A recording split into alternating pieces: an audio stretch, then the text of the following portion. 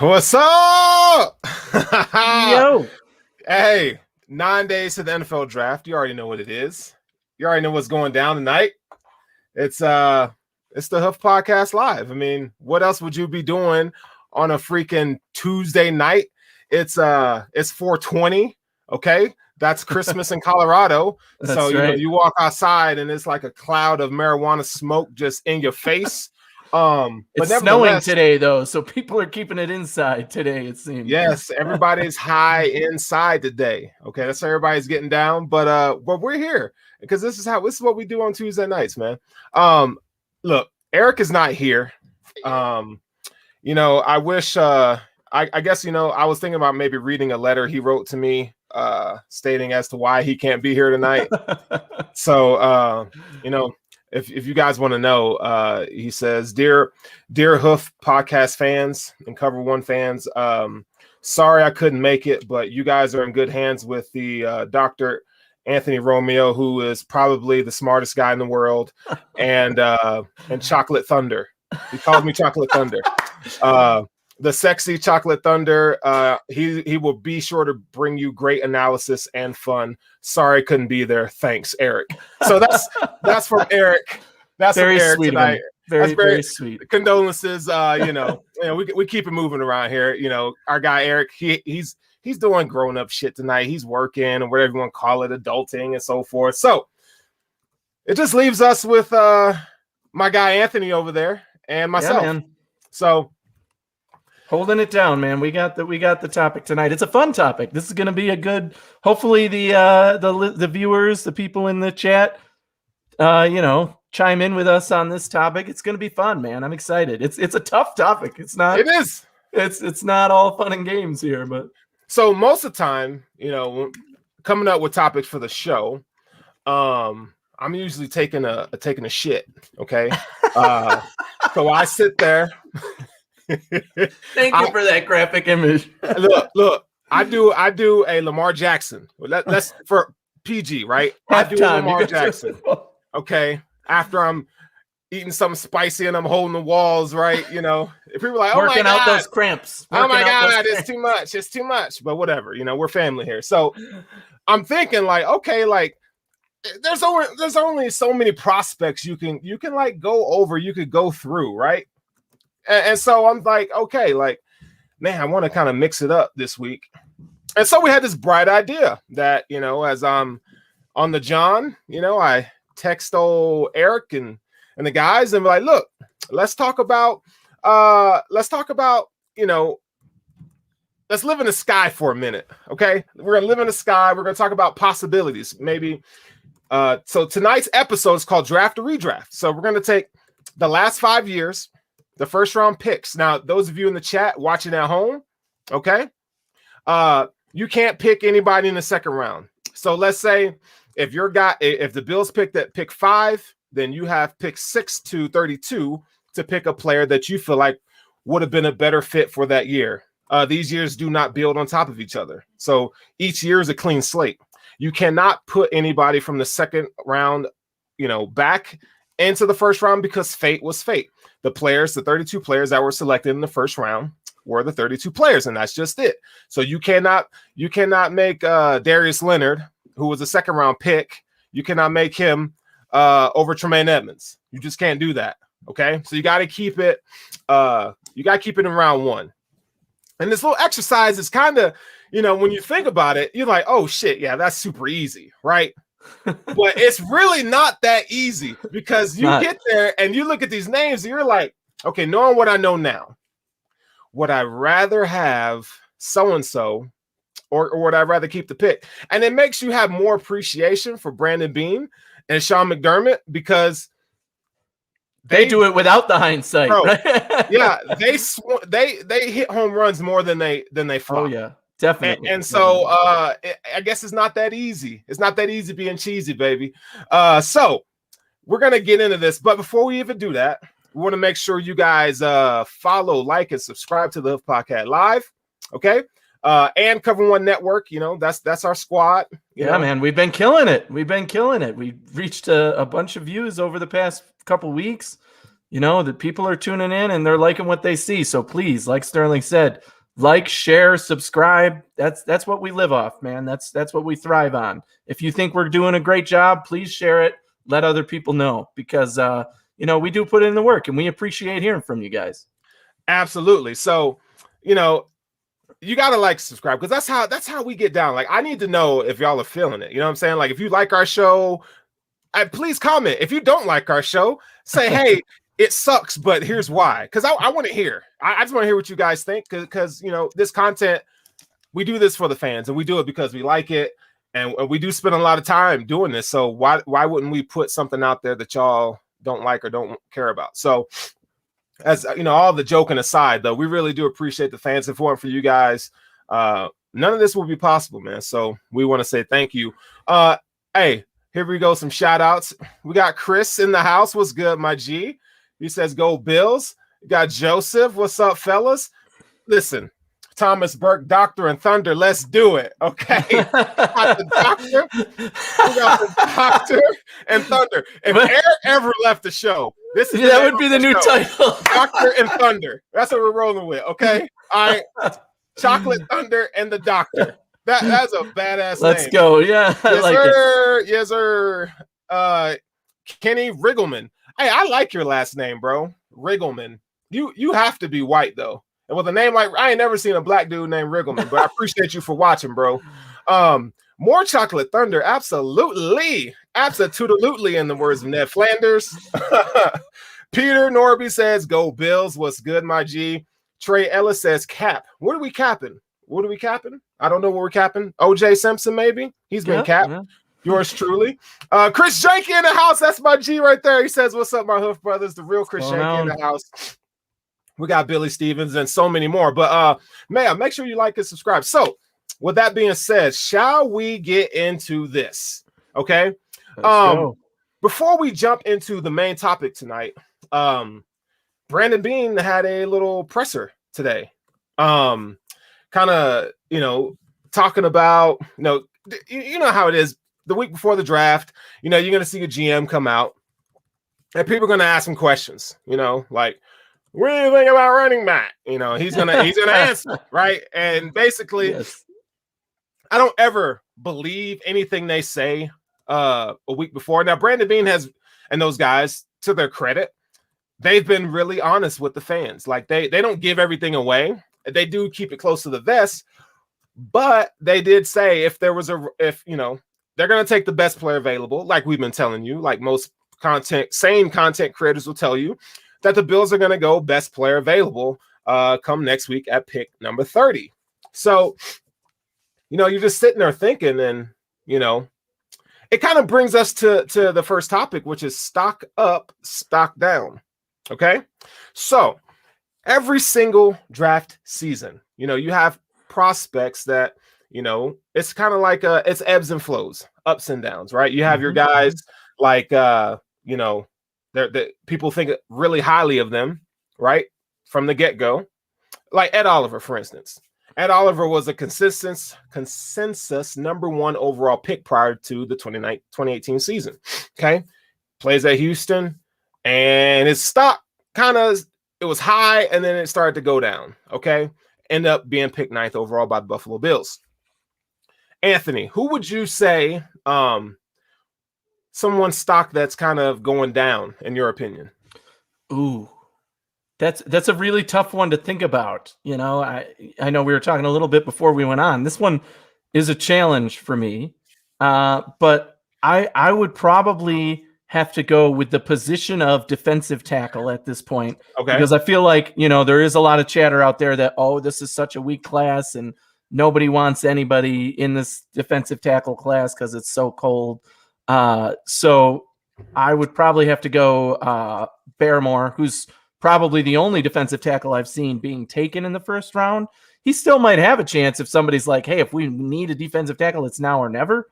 But there's so much other talent at some of these other positions, cornerback, offensive line, wide receiver, all these positions are moving up.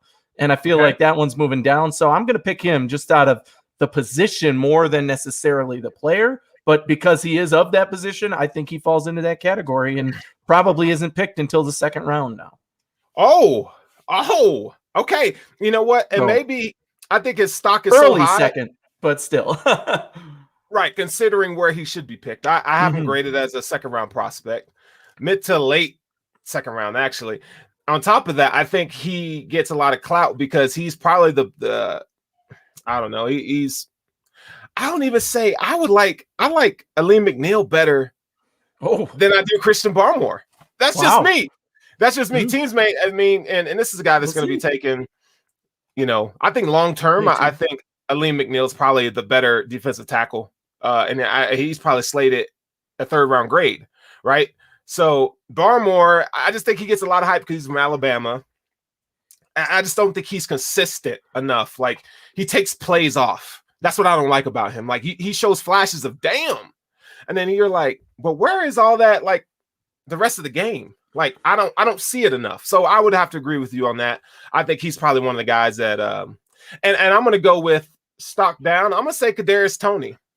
Oh, yeah, just because you're not hearing a lot of, I mean, I think you're seeing from these pro days, you know, you're seeing the emergence of Elijah Moore and some of these other wide receivers that I think could be taken higher. I'm not saying that his impact is going to be lessened. I'm just saying that it just seems like teams aren't maybe as high on him as we once were. Sure. I still love Kadarius Toney. I would still take a look at him in round 1, but you could probably have him in round 2. Actually, if you were actually being real, the way the board might play out, this is predictive. He's probably a second round prospect. So yeah. I mean, I've seen some rankings of wide receivers where he's in the top 5 above some other guys that I like. So I'm like, whoa, that seems a little high for Toney, but I mean, I could see him going at the end of the first round or early second round. I would love for him to fall to the second round. Bills trade down and end up picking him because I think he's still really good. So yeah, he's an option out there. But yeah, I could see that happening too. I'm a big fan of Kadarius Toney, man. I love his game. I would love to have him. Let's see. Mac Jones. Mac Jones stock to me is it's like, where do you peg him? Because I think it's straight cap. It is straight cap. Someone said, Trey Ellis said cap. As a kid station, it's straight cap that the 49ers would be considering taking him at 3 overall. I just don't think, he's not the look. He doesn't have it. Like he's not. If anything, I would say that he is one of the guys whose stock has risen the most because of the position he plays. Again, quarterback is so valued, and the other 4 guys who are going to be picked, this guy is also going to be picked high because he's the next best quarterback, and people are high on him. But to say that he could be picked at 3 over either Fields or oh God, who's the other quarterback? Trey Lance. That's ridiculous to me. I think he is the 5th best quarterback in this class. He should fall to 15 where the Patriots could draft him. But I believe just because he's a quarterback and they're going to be going, somebody's going to trade up and pick him, which is crazy to me because, we talked about quarterback before, and what I said about him, I think holds true. He has a low floor, but he also has a low ceiling. So his room for growth, for me at least, is not that high. You know exactly what this guy is. And in today's NFL, he's not the type of quarterback that I would want. So, I mean, especially compared to those other 4 guys. So, I'm not on the Mac Jones hype. I do think he'll be drafted high, but, he is what he is to me. He's not going to be a superstar quarterback like those other 4 definitely have much higher potential of becoming, at least in my mind. Hey, Roman Bobek says smoke and mirrors. Okay.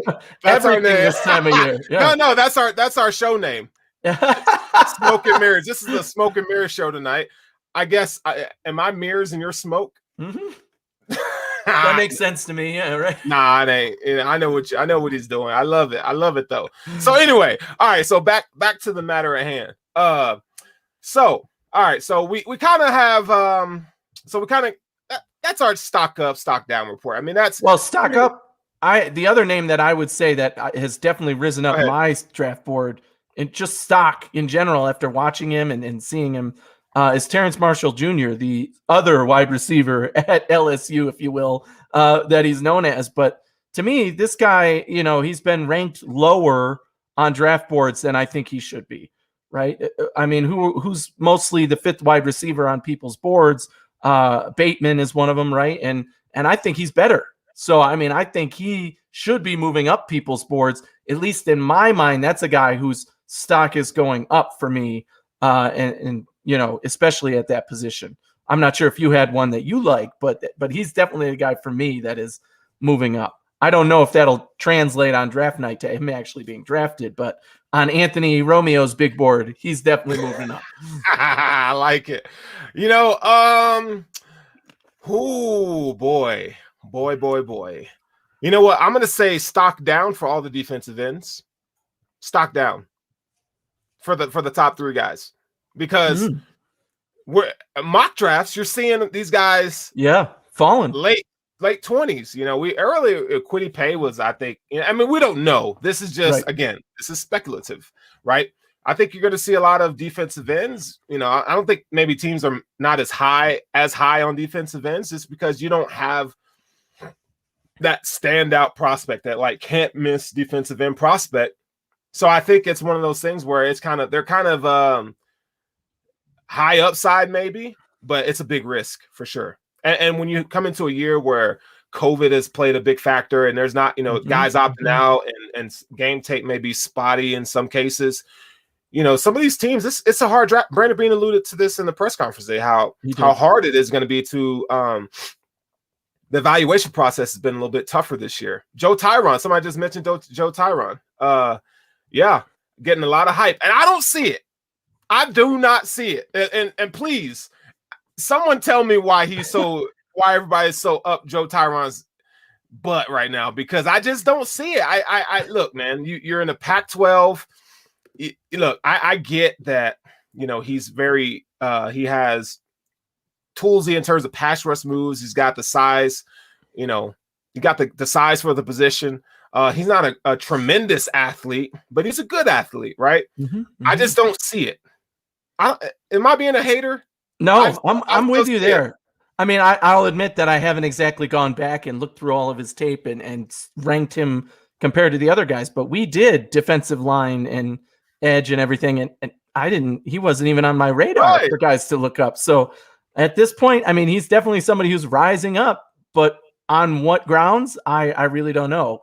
Maybe it's just hype and smoke and mirrors this time of year, as we said. So, I mean, who knows with him, but he's definitely a guy where I'm like, okay, where is he going to get drafted?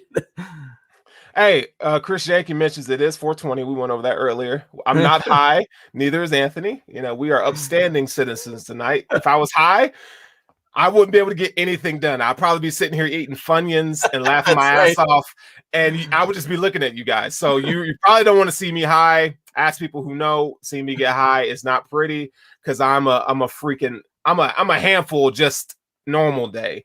High, it's a whole nother story, bro. Randy says, agree with Sterling. These defensive ends are like a hot chick with jacked up teeth. Hey, you ever been to the bar, Anthony? Like maybe before the Kathy days, bro.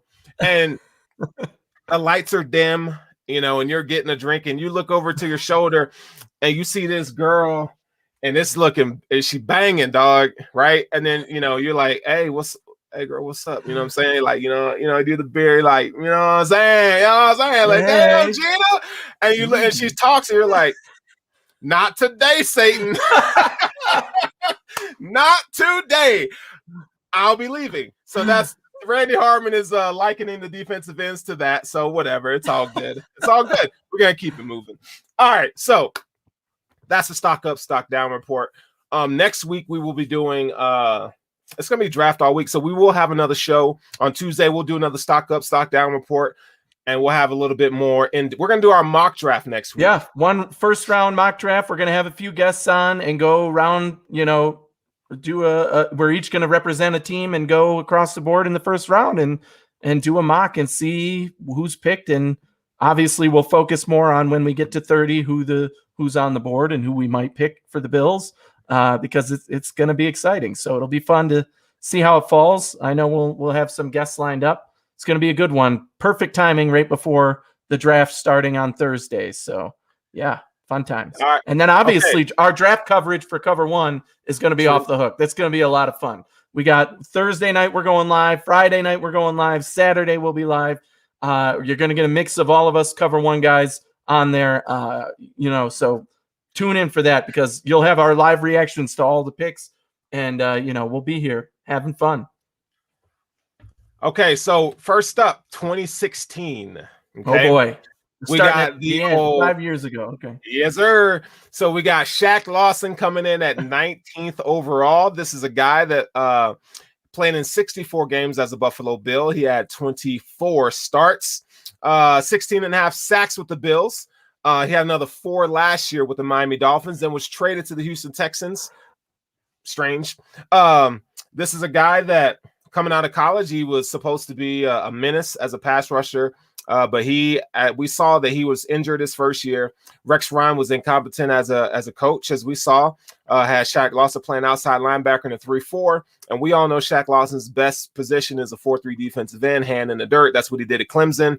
But Shaq Lawson I think he's a really good run defender. He offers some pass rush ability. His best year was in 2019 with the Bills, where he had 7 sacks, 13 tackles for loss.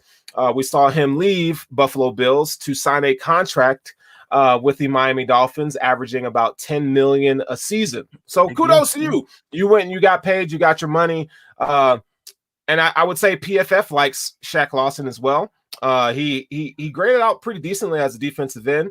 I don't know. I think, they probably overpaid for him in free agency, but that's what you do in free agency. You overpay for players. And so we understand that. So Shaq Lawson, had to let him walk. 19th overall. Now, the name of the game, you can keep Shaq Lawson or you can pick someone else that was in the first round. Okay. So would you keep him or would you get rid of him? What are your thoughts? This was such an interesting one to me because I knew he was picked in the first round. And as soon as this came up as a category, I'm like, oh, this is a guy that I would trade in, right? No offense to Shaq Lawson. He was a contributor, but he definitely didn't live up to a first round 19th overall pick. The threat that Sterling was saying that he should have been coming out or that he was projected to be coming out. He was a role player and he did a good job and then he got paid, which is fine. But this was one immediately. I'm like, there's got to be somebody else in this draft that I would take over him. He's one that I'm going to trade in. Well, let me tell you about this 2016 draft because a lot of teams are kicking themselves for this one because he's picked at 19, which means, there's 32 picks. There's, a lot of guys after him here. 12 picks after him. Before you go, let me those of you in the chat who are just coming in, you can only pick somebody who was drafted in the first round. So you can't go out and get somebody in the second, third. You have to pick with the first round because fate said these were the best 32 prospects according to NFL. And let me tell you, so just as a tiny, let's see behind the curtain here. In the second round, these are some of the names that are on the board. We picked Shaq Lawson at 19th overall. At 36, at 35, Hunter Henry, Miles Jack, Chris Jones, Xavier Howard, all in the early second round, right? So, those are some of the guys who are obviously turned out to be good picks. But the end of the first round, it's ugly.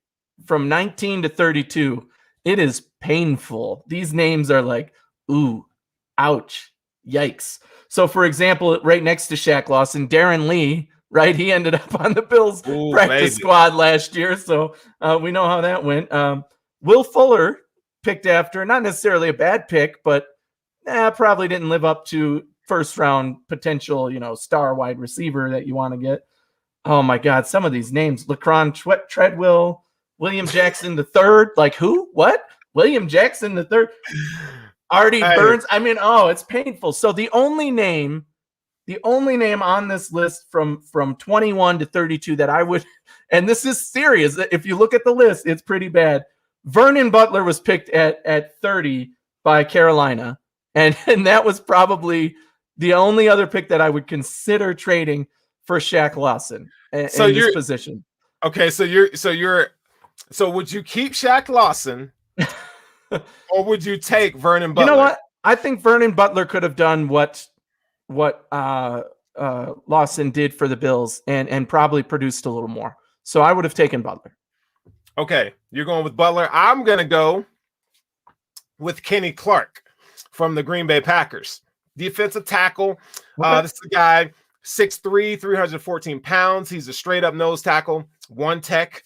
I think 73 that would have come in games, handy 59 now, huh? starts, Yeah. 18 and a half sacks, and a 2019 Pro Bowl selection. Okay, he's great in run defense, and he offers you something likening to Kyle Williams in terms of what he does on the field. He offers you some pass rush up the middle. I like Kenny Clark there. That's what I was going to take. All right. Yeah, that's good. That's not a bad trade up because, yeah, he turned out better overall. Yeah. Again, these guys none of them turned into superstars. So it's really thin at this position. And Butler obviously had some of those same credentials. So, I mean, it's tough. Okay. All right. So, second round was the magic round in that draft. Second round was dope. This is where it gets a little. Listen. Okay, so 2017, we saw the Buffalo Bills. They go out and they trade. Okay, they trade from pick 10 to go to pick 30. I mean, this paves the way for Josh Allen, but we can't. Josh Allen's not in the equation right now. We're just talking about this year of 2017. Okay, we see the Buffalo Bills go to they at pick 27. They go out and they get Tre'Davious White. Now, I will make an exception for this one because the Bills actually did. They traded out of the position. So you can, Anthony, you can either go from pick 10, where they should have been, to pick 32. All right, so you don't have to go from 27 to 32. Well, we do know that pick 10 was Patrick Mahomes, so we're assuming that doesn't count, right? Now, if you feel like you wanted them to pick Patrick Mahomes, to be honest, at the time, I did not. Obviously, hindsight being 2020. But Josh Allen, to me, I mean, they were not planning for this at the time, so I would not take Patrick Mahomes here. Another guy on that list before the Bills picked that would be tough to say no to, but again, a quarterback, Deshaun Watson, especially knowing now that he's involved in this scandal and everything, you might think, oh, okay, we're glad we avoided him at this point in time. But just on his pure talent and in that draft, certainly something to consider. Man, I didn't look at the guys. Let me look here. All right. So there's a few guys, obviously this is one. It's Tre'Davious White. That's the pick. You're talking about one of, if not the best player on the Bills right now, defensively over the last 3 years. So it would have to be a showstopper to not draft Tre'Davious White here. Okay, so if it's me, I'm keeping it the way it was. Okay, let's keep Tre'Davious White, the shutdown corner, super important position. Even though you could have had quarterbacks. The other name that stands out here is TJ Watt, is a few picks after him. So that would have been, that's a legitimate what if we had TJ Watt, who is a defensive player of the year? Well, then we would have had a hole at cornerback where Trey White has solidified himself as a top 5 at least corner. So I would still stick with Trey White here, I think. Okay, so Trey White, 61 games, 61 starts, 15 interceptions, 54 pass defense. This is a guy who in 2017 should have been the defensive rookie of the year. Should have been. Robbed. Yeah. He got robbed. 2019 Pro Bowl and first team All Pro selection in 2019. 2020, he was a Pro Bowl selection, had 3 picks, was second team All Pro. Okay, so that's Tre'Davious White, one of the best cornerbacks in the NFL. Cornerback is a premium position in this league. So you're going with keep? Oh, yeah. Got to keep him. Got to. So either at 10 or at 27, you would have kept Trey White. Yeah, I think so. I mean, if it was me picking without the hindsight of, Patrick Mahomes is going to be the greatest thing ever. So, yeah, I would keep Trey White. Absolutely. I'm going to say, and I love Trey White, but I'm going to go with Deshaun Watson because if you want to go back to the Hoof archives and listen to the shows. That's right. I know you were all over it, I had Watson and then Mahomes. So I thought Watson was a better prospect. I liked his pedigree better than I did Patrick Mahomes. So I knew you were going to do that. And I've been banging the table for this for a long time. I was a Deshaun Watson guy. I wanted Deshaun Watson, so that's who I'm going to go with. I don't think we need to go into Deshaun's, his stats and what he's done. He's a great quarterback. He is a top 5, top 6 quarterback in this league. Josh Allen and him. I mean, it's a debate. Who's better, right? And we're not going to get into that debate tonight. Exactly. We'll save that for another day. But Deshaun Watson was the guy for me. I totally would have picked him there. Because do you remember? I wish Eric were here because I'm trying to look through these names and remember if there was a guy that Eric was in love with in this draft. Because I don't think it was Trey White for sure. So Eric, let's see. Who did it's Eric? tough looking through these names here. I think we were all about OJ Howard. I liked Adoree Jackson. Jonathan Allen was a guy that Hassan Reddick was another guy. Malik Hooker were some of the favorites. I thought TJ Watt was a second round prospect. I had Reuben Foster a little bit higher than 31. Interesting. And man. I did not have a first round grade on Takarius McKinley. And because I'm a Michigan guy, I had the goggles on. I had Jabril Peppers a little bit higher than. Of course. I figured that one was there. Yep. And I didn't have a first round grade on Charles Harris either. So there you go. Yeah. This is a good one, though. I mean, there's a lot of good names here, too, that the Bills ended up with a great pick, and there's no doubt about it. So I'll stick with Trey White. I don't blame you for saying you had love for Deshaun Watson and would have picked him there, though. It makes sense. Right. The Bills need to look, if you don't have a quarterback, and the Bills took a gamble and it paid off for them, right? Okay. I'm not going to sit here and debate, well, you should have took Patrick Mahomes and blah, blah. But if you don't have a quarterback, that's the first thing you do. As a head coach, typically you go and you get your quarterback and you start building the pieces. They did it different way. You know, we're thinking in terms of GM Anthony and GM Sterling here. And we have hindsight now, so that's 2020. It's a lot easier looking back and saying, all right, yeah, I picked this guy or that guy. But I give you props for sticking to the guy that you said in the draft prep before this draft. Deshaun Watson was your guy, and it's on the record. So that's I get it. I get it. Okay, so now this is where it gets a little and this is where you appreciate McDermott and Bean. You really do, because what they had to do. Okay, so 2018. All right, so we saw the Bills pick Josh Allen at 7 overall. Okay, and they went and got Tremaine Edmonds at pick number 16 overall. Okay, all right, so we can go from pick 7 to 32. Right, those are the players that you can take. Okay, now I know you know what? Let me just go into Josh Allen. Josh Allen has 44 games and 43 starts. He has amassed over 9,700 yards passing in his career, 67 touchdowns through the air, 1,500 rushing yards, and 25 rushing touchdowns. He has a 2-2 playoff record and an AFC Championship game under his belt. I mean, Josh Allen's a baller. The guy.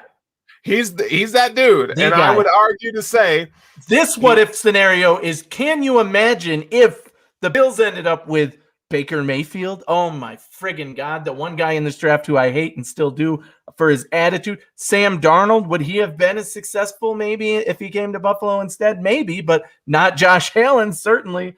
Or worse, Josh Rosen. Could you imagine the people who were pounding the table for Josh Rosen? I mean, it's incredible to think what if scenarios here.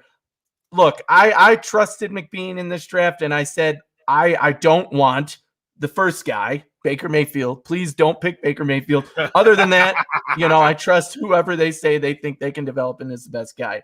And they got Josh Allen after some of those other quarterbacks were picked. So it's amazing to me that they did such a phenomenal job with that first pick in this draft, because I mean, look at Josh Allen now. They've done everything they said they could do with this kid.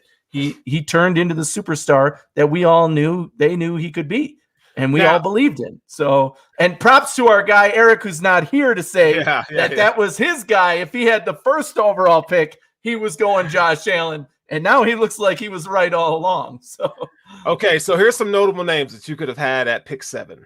Mike McGlinchey of San Francisco, Roquan Smith.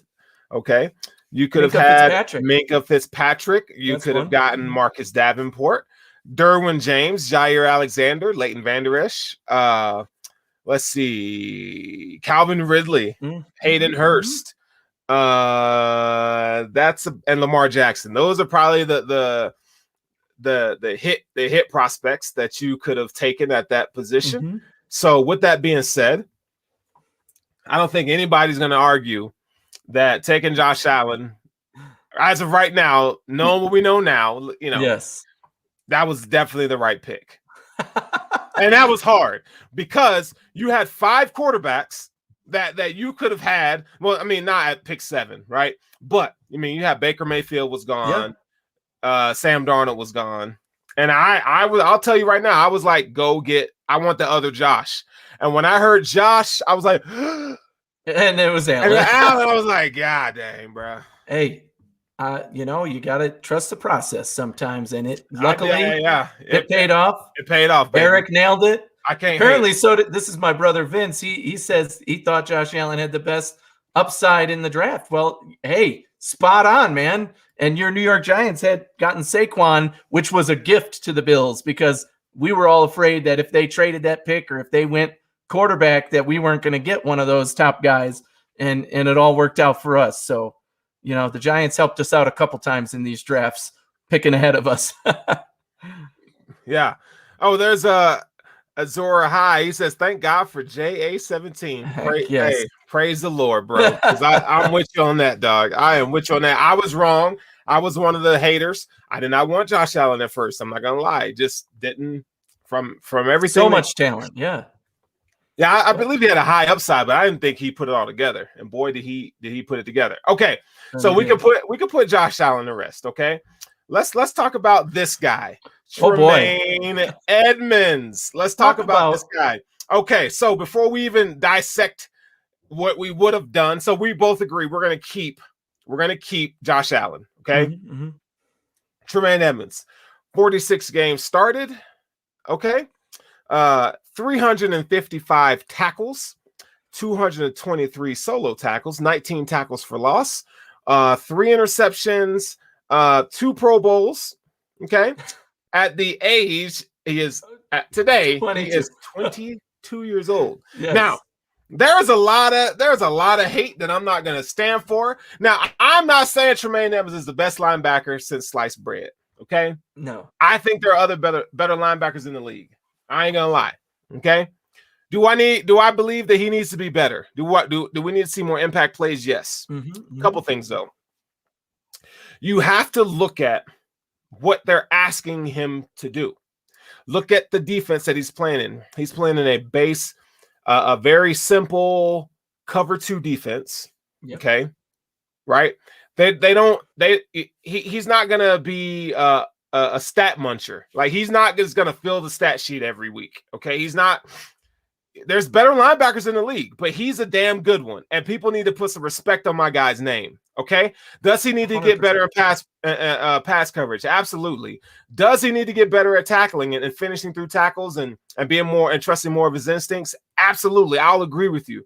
But the kid's only 22 years old, bro. Yeah. There are linebackers coming into the NFL next week who are older than Tremaine Edmonds, bro. That's nuts. This dude has 2 Pro Bowls, and you can say, "Well, the Pro Bowl's trash, bro. I don't want to hear it." Blah blah blah blah blah. He's earned the respect. That's how he got there. Give that man his due. He ain't the best, but let's look at this now. And I don't want to hear, "Well, you could have had Darius Leonard in the second round." Most of y'all out there do not know who Darius Leonard was. Okay, y'all didn't know who he was. All right. So let's not pretend like we all were just like, oh yeah, well you could have had Darius Leonard and at 17 and what missed me on that. Y'all didn't know who Darius Leonard was. And most of you didn't. There's some of y'all who actually do your homework. Darius Leonard's a great prospect. He's a great player. He's a better linebacker than Tremaine Edmonds is right now. He is. He just is. I mean, that's just what it is. Sure. All right. But going back, so now that we have that, okay, at pick number 16, okay. So let's take a look at our board here. All right. Let's take a look at the board. Okay. So Tremaine Edmonds at pick 16. Some notable names that you could have had. Now, the Bills did take Matt Milano. They took Matt Milano in the 5th round. But you could have had Derwin James, Jair Alexander, Leighton Vander Esch. Okay. All good picks right there. Yeah. All good picks. Now, would you keep Tremaine Edmonds or would you rather have somebody else? This is a tough one because Tremaine Edmonds does have room for improvement, but I'm 100% with you when it comes to put some respect on this man's name. He is young. He came in day one and called the plays on that field with guys who are much older than him. He's 20 years old. He can't even drink a beer with the guys after the game. And he's out there telling them what to do on plays because he is that damn good at his job. Okay? And this could be a guy who is the long-term answer in Buffalo for years and years to come. So again, put some respect on this guy's name. People out there, I can't even tell you how many times I've argued on Twitter now that people are like, oh, they're not going to pick up his fifth-year option. Do you know what the fifth-year option for a linebacker costs? Like $12 million? Are you kidding me? You're not going to pay him $12 million to guarantee you that you keep Tremaine Edmonds for 1 year? Hell yes, you are. That's a no-brainer. No question about it. They are guaranteed to pick up that fifth-year option on Tremaine Edmonds because he's done everything for them and more. And here's the thing about Tremaine Edmonds that I think is important, especially with the next couple names here. Okay. Linebacker is such a key position in McDermott's defense, and he knew that. And he studied these guys, and he said, this is the guy I think can do what I need him to do. And that's why they drafted Tremaine Edmonds. And even though guys like Derwin James, Jair Alexander, these are good defensive players, you might even say some of them are better than Tremaine Edmonds. It's, again, put some respect on that name. He runs this defense, and he does it well. And how many years have the Bills been a number one defense in the NFL in the conversation?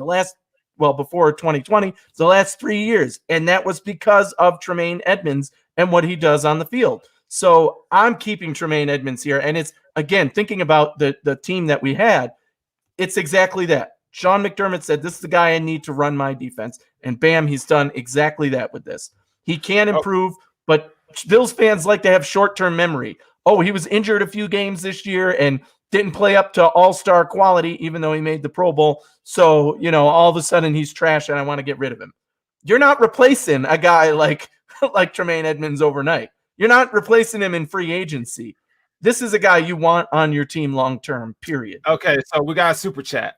My guy Thomas Burke coming in with a super chat. Super chat.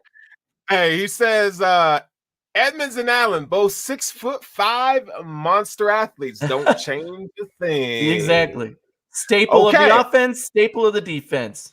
Nailed it down right here. There's a few things that you have to look at. Okay. The Bills didn't. Now, I'm going to tell you who I would have rather had. Okay. But the Bills didn't have the luxury of just doubling down at the cornerback position. They needed someone to lead the defense. Right. They needed the leader on the defense. And so that doesn't mean that you're going to go draft another cornerback because you didn't know Matt Milano was going to be this good. Okay.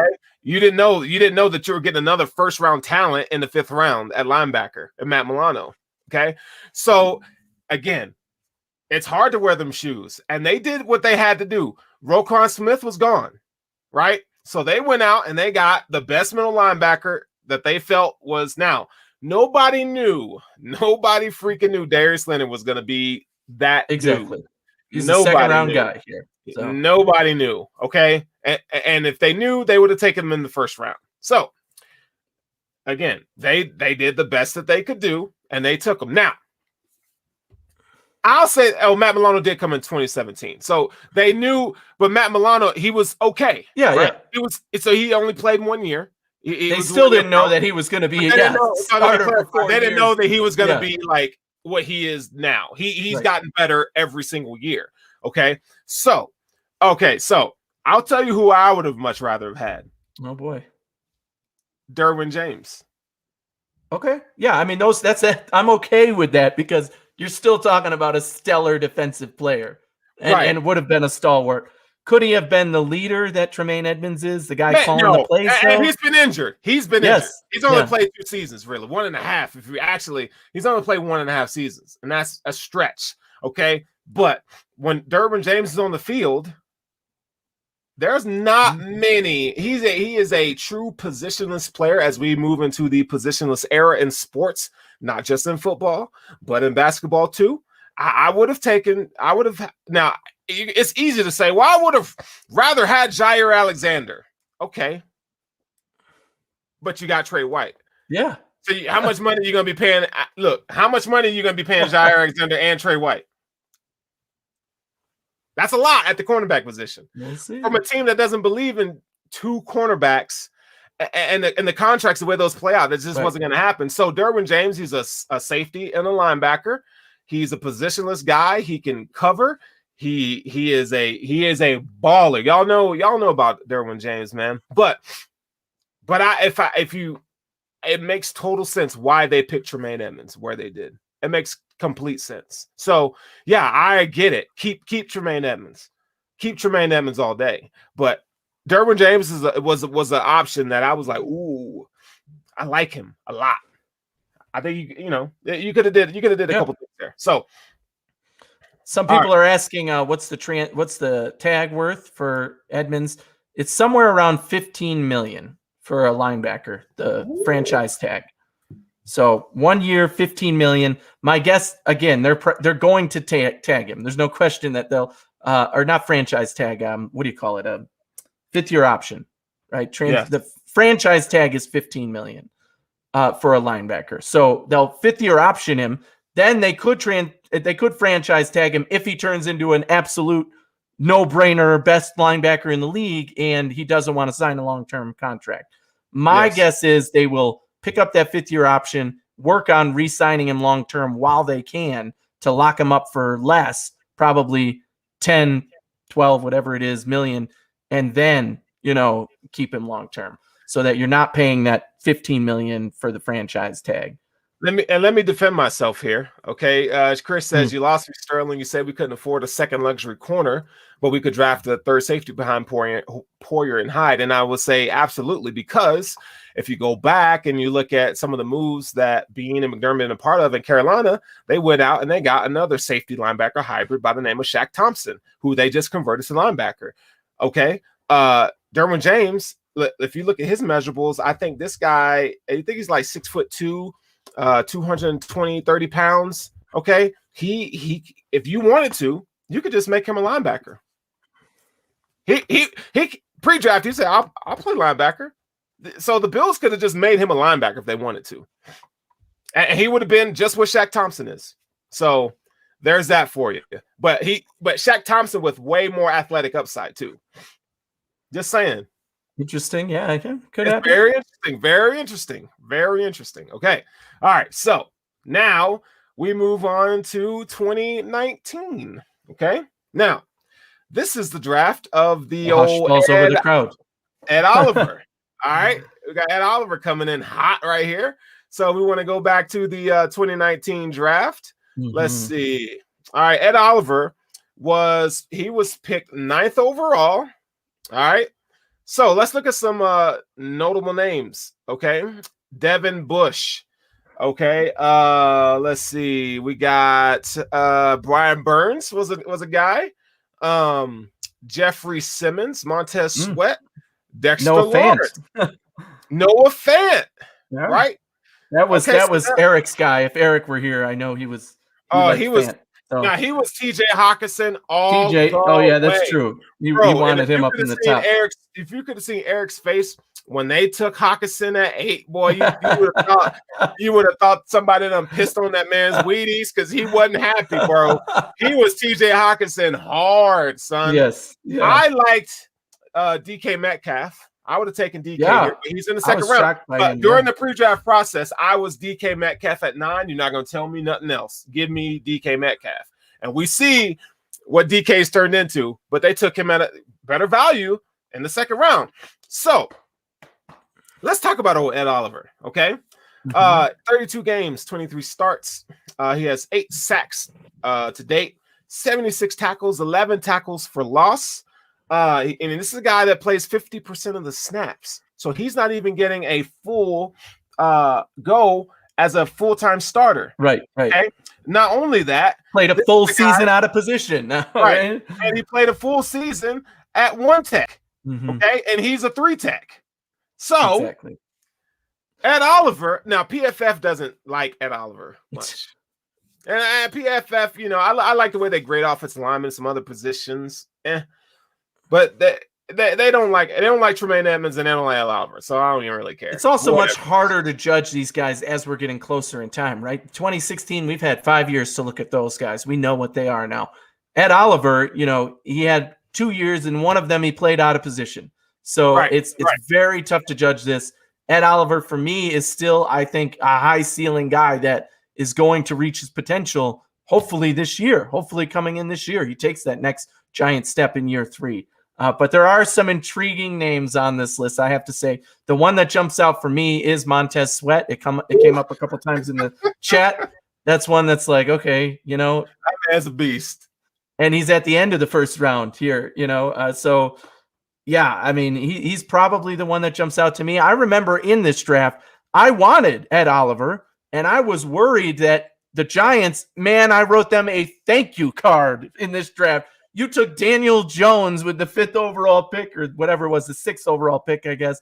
You took Daniel Jones, a quarterback who nobody thought was going this high at all. You didn't have to steal him from anybody, but you did.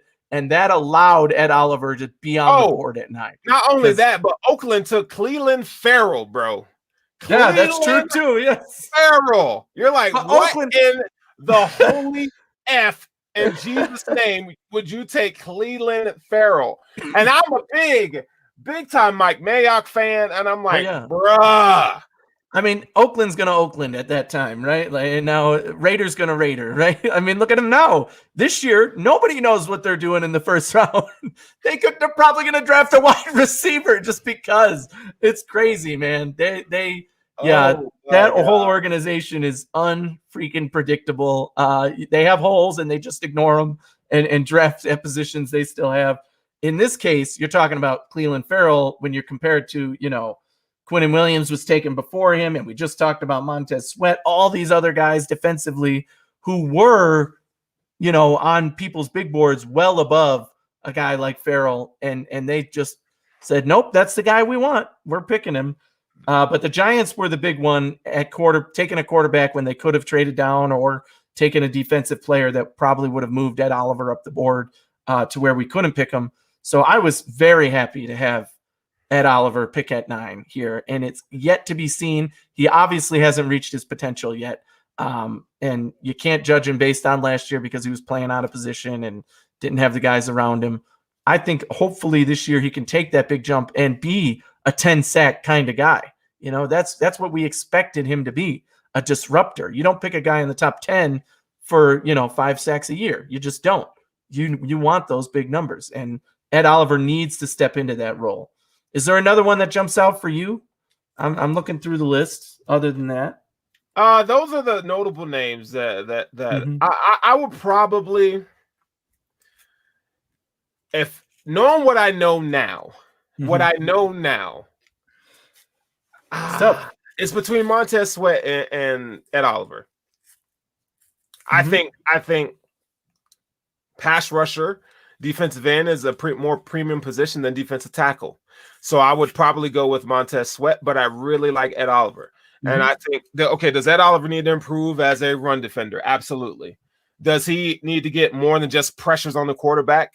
Yeah, let's convert those into sacks. But what he was able to do, and we knew Ed Oliver is one of those guys coming in. We knew that it may take a little bit of time for it to click with him, just because at Houston, I mean, he played nose tackle.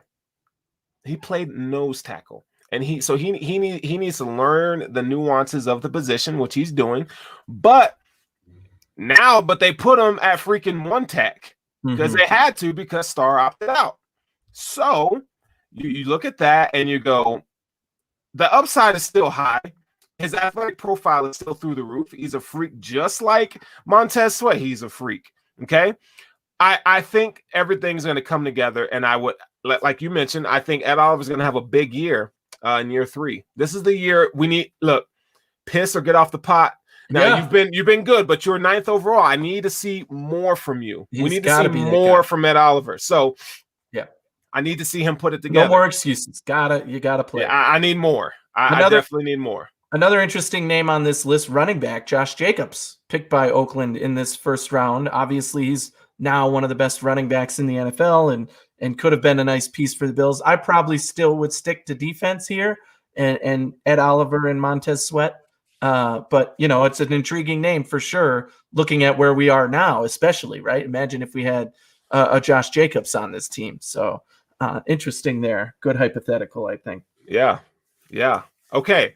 So we're gonna keep Ed Oliver. We're gonna keep Ed Oliver here. All right. Sure. I would have taken Montez Sweat, but we're gonna Ed Oliver's the guy, so that's what we're gonna roll with. All right. So now let's see. So we do have the 2020 overall. Let's see. 2020 draft. We had it was a trade. So yep, we had the 22nd pick, right? And we traded out of that for the best pick we ever could have got in Stephon Diggs. So I mean, I think Bills fans are happy with Stephon Diggs, but do you want to try and look from 22 where Minnesota took Justin Jefferson? Good pick for them too. He looks like a high upside wide receiver. If he can stay long-term, the play he had in his first year was phenomenal. So certainly a good pick there. And other wide receivers, just for comparison's sake, to the trade for Diggs. Brandon Ayuk was picked after that. Jalen Reagor was picked one pick before that. And I think that's it for wide receivers in that round. So it's interesting to think, we got Stephon Diggs, or we could have had one of these guys. And I know Jefferson was one of the guys we talked a lot about before the trade happened. Right. So, yeah, it's Justin Jefferson at pick 22. Now, there is something. Now, we can't – T. Higgins was a name that people liked in the first round, but he went second round. Mm-hmm, Jonathan Taylor was a guy that had a first-round grade, but he went second round, running back.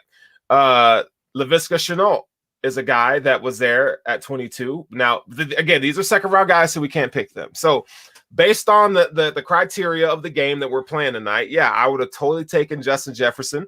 This is a guy, 16 games, 1,400 yards receiving, 7 touchdowns, 15.9 yards per reception. He had a 70% catch rate in his first year. He's 6'1", 202 pounds. That boy's got sauce on the ability to route run. He is a mini Stephon. He is Stephon Diggs light. Yeah, he is. And good replacement for him. Great separation. He's got really good foot speed. I love his ability to attack the ball at the catch point. Just taking the ball out of the air. His route running is impeccable. He is a really good route runner. I think both teams won in this. For what Josh Allen needed, I don't think he could have really depended on a rookie. Well, he could have, but Stephon Diggs was the veteran he needed.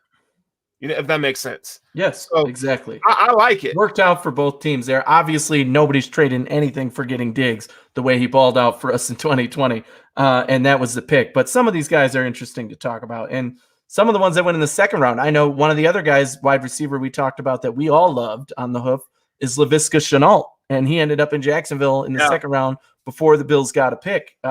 So interesting one there too to think about. And obviously these guys have only been in the league for 1 year. We don't know what they are going to be at all. You can't judge them based on 1 year. We know what Stephon Diggs is because he's been in the league more than a year. So it's easy for us to say that now. We'll have to look back at this one in 5 years and see if there's a pick.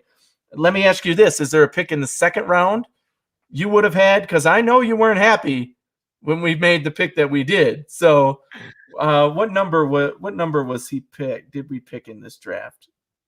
Oh no, let's see. We took Epinesa. Yeah, what number? Yeah, we took him 54 is what 54 was that pick, yeah. So I'm looking at the names after that. J.K. Dobbins was drafted immediately after, which I know was one of the guys that Eric was I already tell you who I wanted. Cam Akers was one. Yeah. Christian Fulton. I wanted the cornerback here. Oh, Christian Fulton. That's who I wanted right here. Yep. I did not want AJ Epinesa. I still don't want AJ Epinesa, to be quite honest with you. Still don't like him, huh? I still don't like him. I don't care. I would have much rather had a cornerback here. Christian Fulton would have been an interesting pick. I think a lot of people were on the running back train. It was certainly on the board. Cam Akers was taken 2 picks before. That was really the guy that Eric truly wanted at this pick. J.K. Dobbins was one that we mentioned. It's an interesting draft for sure at the second round. Thinking about who, A.J. Dillon, another running back that went. Jeremy Chin was one that I know a lot of the Bills talking heads now we're on that train saying this is a guy who could be the Buffalo nickel. We could draft him. So again, it's yet to be seen what AJ Epinesa is going to be in Buffalo. Yeah. This could end up being an excellent pick. Right now, I think it's a decent pick. It's a good pick. I'm happy with it in the second round. You're talking about a guy who had first round grade for most people, but obviously on draft day for one reason or another fell this far, and the Bills said we can't let him go any further than this. We're picking this guy up. Yeah. And now he's in the long-term plans for sure. Hopefully this next year he takes another step, and then again in his magic year 3, he's probably going to be one of the primary edge rushers on our team.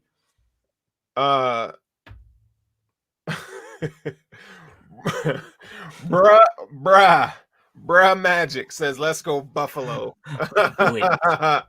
That's hilarious. That's hilarious. Hey, I was a fan of Henry Ruggs.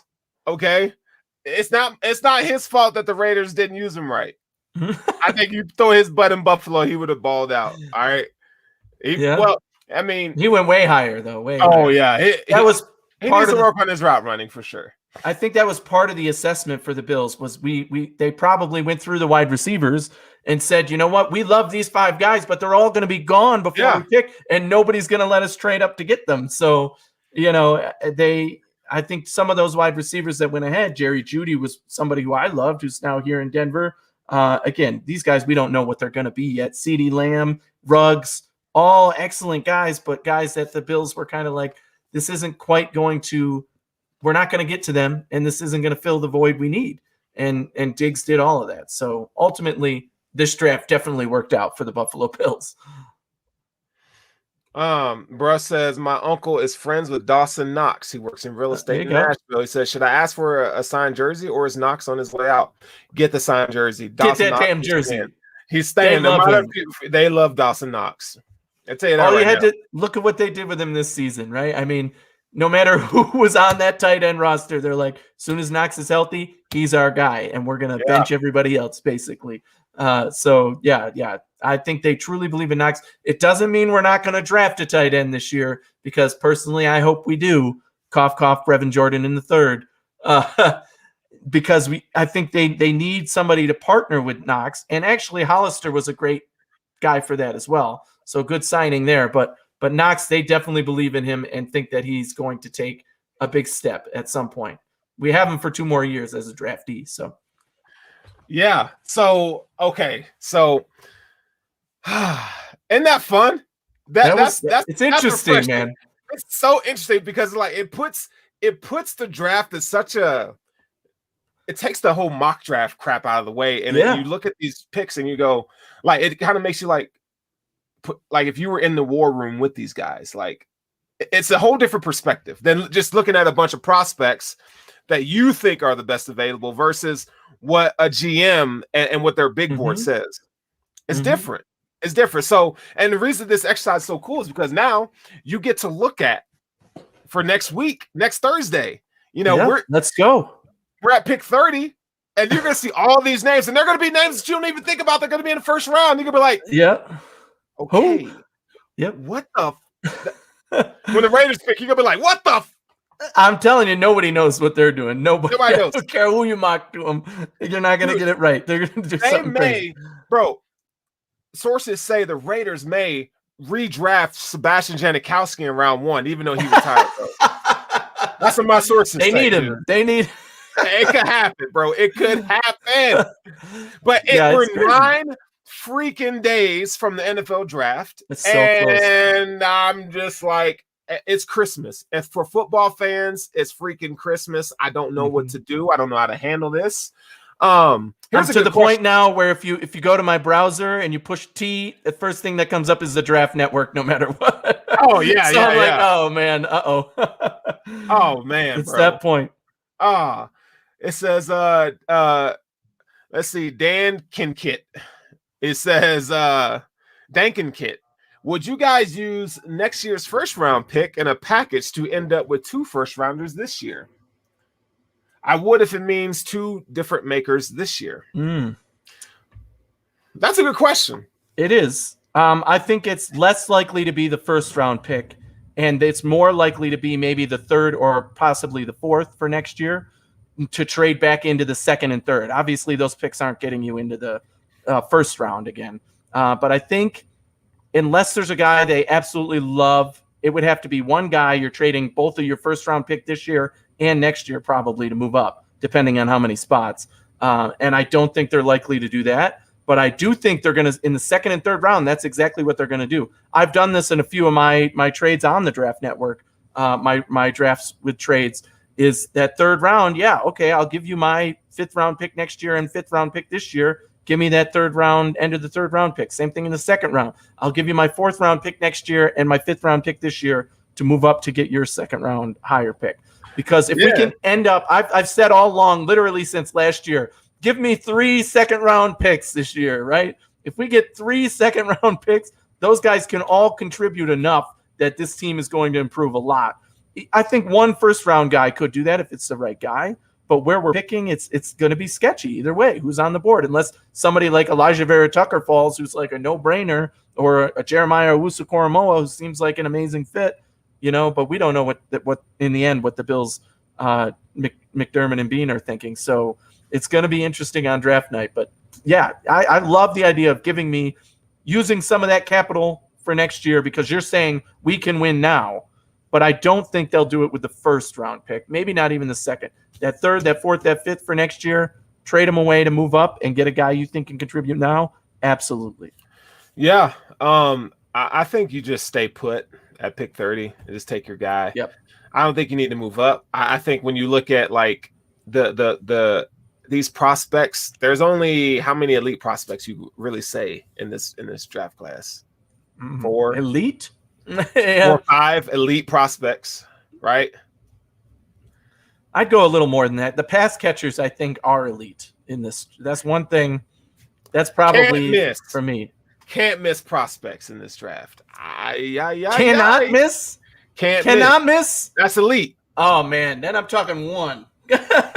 Kyle Pitts. That's it. I mean, that's where my list starts and ends for. Trevor cannot Lawrence, miss no matter Kyle what. Pitts, right? A quarterback is never. Don't tell me any quarterback. You can Ryan Leaf the shit out of it. All right. I know that Trevor Lawrence seems like the best thing since sliced bread, but with a quarterback, the fact of the matter is, these are 5 quarterbacks who are all going to be starting quality in 2021 when they're drafted. Moore and Elijah Vera Tucker.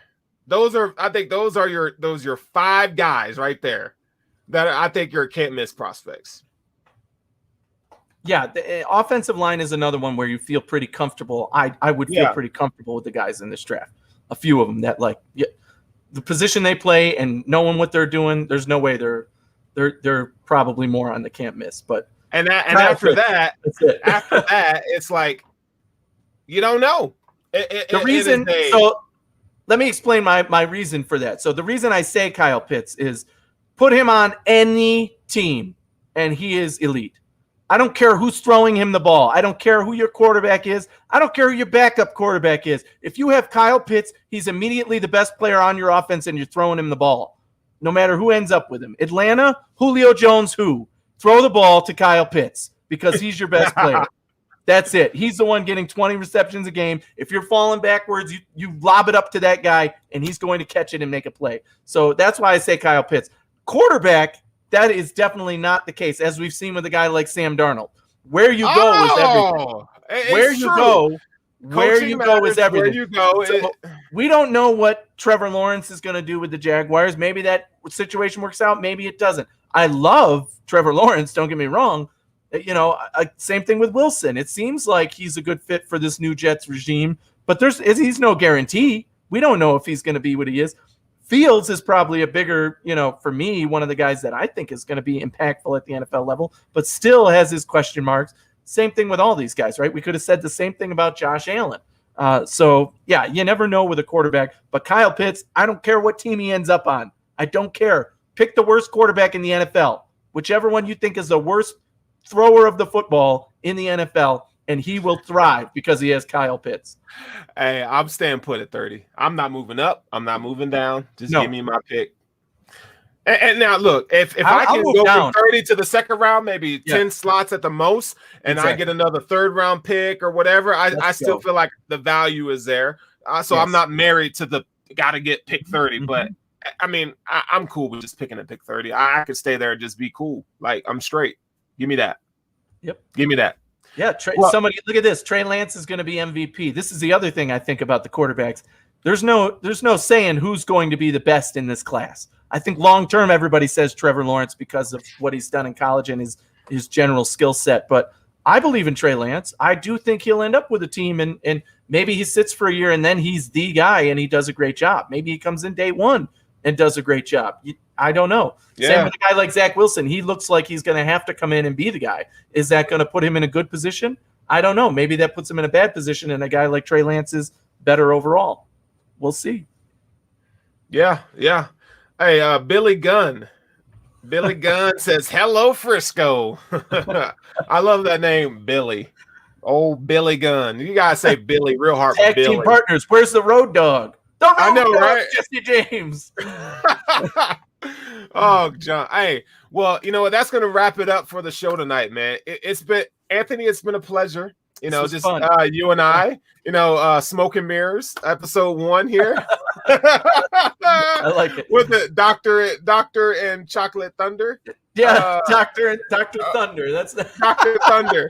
Yeah, Doctor and Chocolate Thunder tonight. So, hey, it's been real cool. Look, we are signing off here from the Hoof Podcast and the Cover One Network. Man, be sure to like, subscribe, and hoof that freaking like, bro. All of y'all, ladies and gentlemen, all you guys, is what we do. We're giving you guys at Cover One, we're giving you guys the best content in Bill's content creator community. I'm just going to say that right now. When it comes to the NFL draft and analysis, that's what we do. That's what we're giving you guys. So, you know, until next week, but be sure, you know, if you guys want to chop it up on Twitter, here's my handle at Forward Sterling. We got at Anthony Romeo, and then I think Eric's is E Brown Hoof. So, man, look, if you haven't liked us or followed us on Twitter, by all means, please do so. I would love to keep up with what you guys going on, and not just on the football level, but personally. You know, you guys are family, man. We're friends. So let's keep it real. Let's keep it to 100. And happy 420. And we out of here. Go Bills.